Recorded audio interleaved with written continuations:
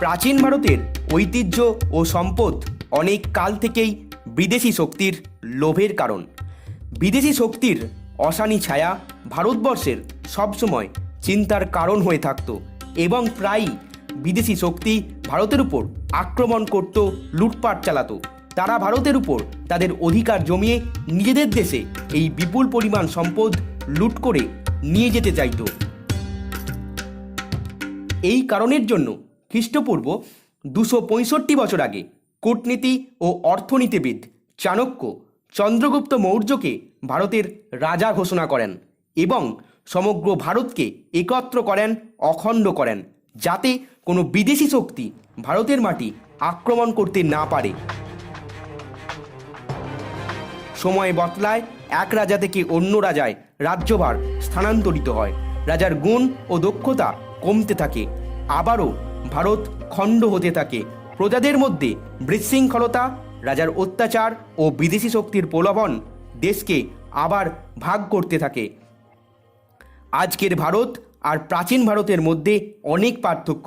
এখনকার ভারত বাংলাদেশ, মায়ানমার, পাকিস্তান, আফগানিস্তান, নেপাল ও ভুটান মিলে প্রাচীন ভারত ও উজ্জ্বল ভারত। ভারতের সম্পত্তি লুটের পদ্ধতি শুরু হয়েছিল ভাস্কো ডা গামার হাত ধরে। শুধু ভাস্কো ডা গামাই নন, এর সাথে হাত মিলিয়েছিলেন ভারতের গুজরাটের ব্যবসায়ী আব্দুল মজির। এরপর থেকেই শুরু হয় ভারতের সম্পত্তি লুটের পদ্ধতি এবং বিদেশি শক্তির আহ্বানের শুরু। 14 এপ্রিল 1498 মালিন্দি বন্দরে, যা বর্তমানের আফ্রিকাতে অবস্থিত, এই অবস্থান থেকে পর্তুগিজ নাবিক ভাস্কো ডা গামা জানতে পারেন জলপথে ভারতে যাবার রাস্তা। প্রায় 20 মে 1419 জলপথে ভাস্কো ডা গামা ভারতে আসেন। ব্যবসায়ী আব্দুল মজির ভাস্কো ডা গামাকে ভারতে পথ দেখিয়ে নিয়ে আসেন। আর এরপর থেকেই শুরু হয় পর্তুগিজ ব্যবসা বাণিজ্য। ভারতের সম্পত্তির কথা গোটা বিশ্ব জেনে যায়। ভারতের মাটিতে ব্যবসা ও নিজেদের সাম্রাজ্য তৈরির কাজ শুরু করে দেয়। 1602 সালে ডাচ, 1616 সালে ড্যানিশ, 1600 সালে ব্রিটিশ, 1664 সালে ফ্রান্স, 1731 সালে সুইডিশ ভারতে আসেন। তখন ভারতে ব্যবসার মূল পণ্য ছিল মশলা, আফিম, টেক্সটাইল, চাল ইত্যাদি। এরপর শুরু হয় ব্রিটিশ রাজ। ব্রিটিশ সরকার কিন্তু একা ভারতে রাজ করতে শুরু করেনি, সাহায্য করেছিল সম্রাট জাহাঙ্গীর। 200 বছর ধরে ব্রিটিশ শক্তি ভারতের ওপর রাজ করে। 1600 সালে ব্রিটিশ শক্তি তথা কোম্পানি ভারতে ব্যবসা বাণিজ্য করতে আসে। সাল 1612 সালে মোগল সম্রাট জাহাঙ্গীর ভারতে ব্রিটিশদের ব্যবসা করতে দেয়। ব্রিটিশ ব্যবসায়ীরা তখন রাজাদের মূল্যবান গিফট ও যুদ্ধের সময় টাকা পয়সা দিয়ে সাহায্য করত। 1600 সালের ভারত গোটা পৃথিবী জুড়ে কাপড় বা খাদি পোশাক বিক্রি করত। ভারতের উন্নত মানের কটনের পোশাক গোটা পৃথিবীর কাছে জনপ্রিয় ও মূল্যবান হয়ে ওঠে। ভারতীয় কাপড় ছিল এক প্রকারের স্ট্যাটাস বা ঐতিহ্যের মতো। এমনকি ইংল্যান্ডের জনগণ তাদের দেশের তৈরি কাপড় না কিনে ভারতের কটন বা ক্যালিকো কিনত। এর ফলে ব্রিটিশ ব্যবসায়ীদের লস হতে থাকে এবং তারা চায় ভারতের গোটা টেক্সটাইল ইন্ডাস্ট্রি নষ্ট করে দিতে এবং তাদের পণ্য বাজারে বিক্রি করতে। তখন ভারতে দুটো বড় শক্তি রাজ করছে, দিল্লিতে মোগল, পশ্চিমে মারাঠা। বেশিরভাগ সময়ই এই রাজরাজাদের যুদ্ধ লেগেই থাকে। এর ফলে প্রচুর অর্থ খরচ হতো, অনেক সৈনিক মারা যেত এবং ব্রিটিশরা এই দুর্বলতাকে কাজে লাগিয়ে ভারতের মধ্যে ব্যবসা করে এবং তাদের কোম্পানির উন্নতি করে। এইভাবে চলার পর ব্রিটিশ ব্যবসায়ীরা তাদের কোম্পানি ও ব্যবসার সুরক্ষার জন্য প্রহরী রাখার অনুমতি রাজার কাছ থেকে পাস করিয়ে নেয়। এই পরিস্থিতি এতটাই বড় পর্যায়ে যায় যে তারা রাজার কাছ থেকে পারমিশন করিয়ে নেয় যে ব্রিটিশ ব্যবসায়ীদের একটি অস্ত্রশস্ত্র সজ্জিত আর্মি প্রয়োজন তাদের ব্যবসার সুরক্ষার জন্য। সাল 1844 তাদের আর্মি তৈরি হয় 2,50,000 লোক নিয়ে। তার মধ্যে 90% ছিল native Indian. British east India company এরপর থেকে শুরু করে পাওয়ার অ্যান্ড ডিভাইন রুল। চারদিকে চলতে থাকে রাজ করার প্রস্তুতি ও অত্যাচার। 1750 সালে বাংলার নবাবের সঙ্গে যুদ্ধ ঘোষণা করে নবাব সিরাজউদ্দৌলার বিরুদ্ধে, যা পলাশী যুদ্ধ নামে পরিচিত। 1757 সালে পলাশী যুদ্ধে ব্রিটিশ জয়লাভ করে। এরপর 1764 বক্সারের যুদ্ধে ব্রিটিশরা জয়লাভ করে এবং বাংলা, বিহার ও উড়িষ্যার ট্যাক্স অর্জনের ক্ষমতা লাভ করে। এরপর একটার পর একটা ভারতীয় রাজার বিরুদ্ধে যুদ্ধ ঘোষণা করে এবং যুদ্ধে জয়লাভ করে।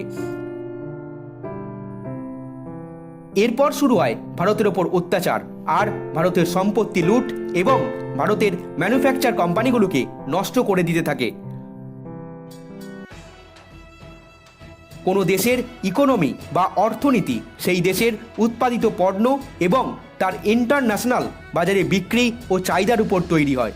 আর ব্রিটিশরা ভারতে এসে এই অংশটি পুরোপুরিভাবে ধ্বংস করতে থাকে, নষ্ট করে ভারতের এগ্রিকালচার বা কৃষিকাজ, তার থেকে উৎপন্ন পণ্য তৈরির কারখানা নষ্ট করে এবং বিভিন্ন কর ও আইন পাস করে ইন্টারন্যাশনাল ট্রেড নষ্ট করে দেয়। একচেটিয়া ভারতের টেক্সটাইল ইন্ডাস্ট্রি পুরোপুরিভাবে নষ্ট করে দেয় আস্তে আস্তে। কটনের পোশাককে তখনকার দিনে ক্যালিকো বলা হতো। 1750 সাল নাগাদ Asia, Africa, Europe Indian fabric বা কাপড় খুব জনপ্রিয় ছিল। কতটা জনপ্রিয় তা বলার জন্য একটা উদাহরণ দিই। লন্ডনে বসবাসকারী লোকেরা ইন্ডিয়ান পোশাক এত বেশি পছন্দ ছিল যে তারা নিজেদের দেশে তৈরি কাপড় কিনত না, প্রত্যেক সময় ইন্ডিয়ান ফেব্রিক পছন্দ করত এবং কিনত।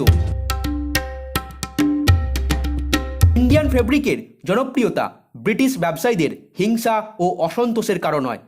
তারা চায় টোটাল টেক্সটাইলের বাজার তাদের দখলে আসুক। তারা ইংল্যান্ডের রাজার কাছ থেকে অনুমতিপত্র বের করে যে ইন্ডিয়ান কাপড় ইংল্যান্ডে বিক্রি হলে সেই কাপড় থেকে অত্যাধিক বেশি পরিমাণে ট্যাক্স নেওয়া হবে, প্রায় 10 গুণ বেশি। আর পরেও তারা খুব একটা সুবিধে করতে পারেনি। তাদের তৈরি কাপড় তখনও ইংল্যান্ডে বিক্রি হচ্ছিল না। ইউরোপিয়ানদের সবচেয়ে পছন্দের কাপড় কেনার জায়গা ছিল কাসিমবাজার, চারপোর, পাটনা, ক্যালকাটা, উড়িষ্যা।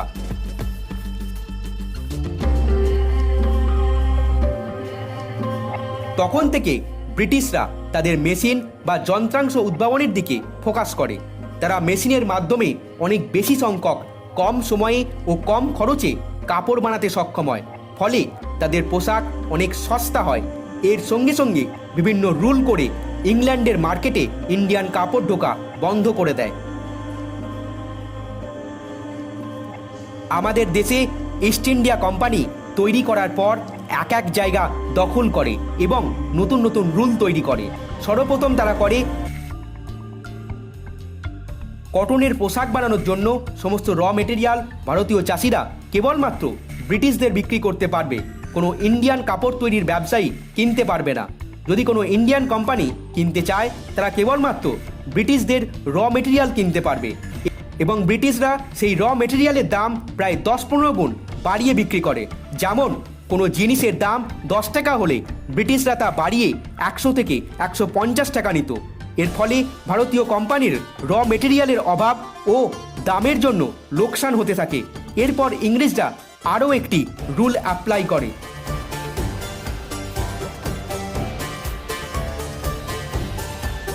দ্বিতীয় রুলে বলা হয় যে সমস্ত লেবাররা সুতোর কাজ করে তারা কেবলমাত্র ব্রিটিশদের জন্য কাজ করতে পারবে।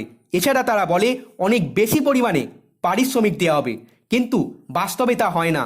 শ্রমিকদের আগের থেকে যে মাইনে ছিল তার থেকে আরও কম দেওয়া হয়। ফলে শ্রমিকদের সারভাইভ করা কঠিন হয়ে পড়ে। সঙ্গে ব্রিটিশরা এটাও যোগ করে দেয় যে ব্রিটিশরা যে মাইনে দেবে বা পারিশ্রমিক দেবে তার সমপরিমাণ পারিশ্রমিক সমস্ত ভারতীয় কোম্পানিকে দিতে হবে এবং যার মান ছিল সাধারণের চেয়ে 10 গুণ কম, না হলে ফাইন করা হবে ও শাস্তি দেওয়া হবে।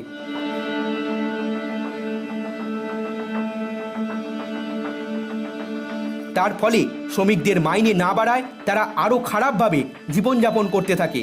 ফলে তারা কাজ করার ইচ্ছা হারিয়ে ফেলে। এর কারণে ব্রিটিশরা ইন্ডিয়ান কাপড় তৈরির কারখানাগুলিতে শ্রমিকের কাজ করার পরিমাণ কমিয়ে দিতে সক্ষম হয় এবং ইন্ডিয়ান টেক্সটাইল পতনের মুখে পড়ে। এর সঙ্গে ব্রিটিশ ব্যবসায়ীরা তাদের কলের তৈরি সস্তা কাপড় জামা বাজারে নিয়ে আসে। ভারতীয়দের ইনকাম না থাকায় তারাও আস্তে আস্তে এই ব্রিটিশ পোশাক কিনতে শুরু করে।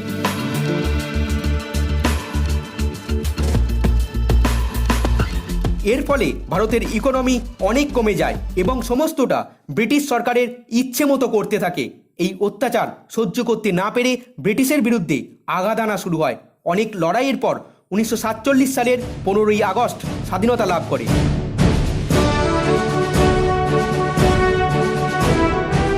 বর্তমান ভারতের টেক্সটাইলের বাজার পূর্বের মতো অবস্থায় ফেরানো যায়নি, তবে এটুকু বিশ্বাস রাখেন বড় বড় সিনেমাটিস্ট ও হলিউডের বড় বড় অ্যাক্টর বা ওয়ার্ল্ডের যে কোনো উচ্চপদস্থ লোকেরা যে কোট ব্যবহার করেন তা খাদির, তবে পুরোপুরি খাদির না, মডার্ন প্রযুক্তি ও মডার্ন স্টাইলের কিছুটা মিশ্রণ রয়েছে।